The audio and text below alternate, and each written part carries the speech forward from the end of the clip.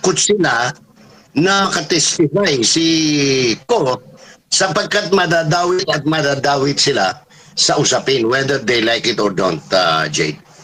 Po, anong Hindi ko ikaw, alam mo, Jade, no? Congressman ka, isa ka dun sa pumirma dun sa impeachment in exchange for 150 million, whether in goods or in kind or in cash, no?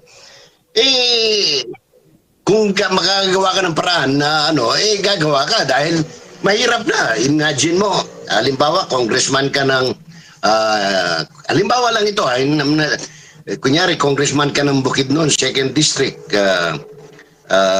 kunyari, ikaw si John Flores, yung congressman, dating Deputy Speaker. Ngayon, Deputy Speaker dati ni Romualdez, pero hindi pa naman siya napapalitan.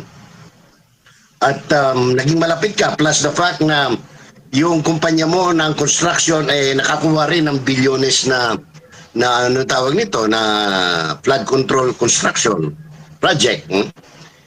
Talagang kikilabutan ka kung sakaling makabalik si Saldico.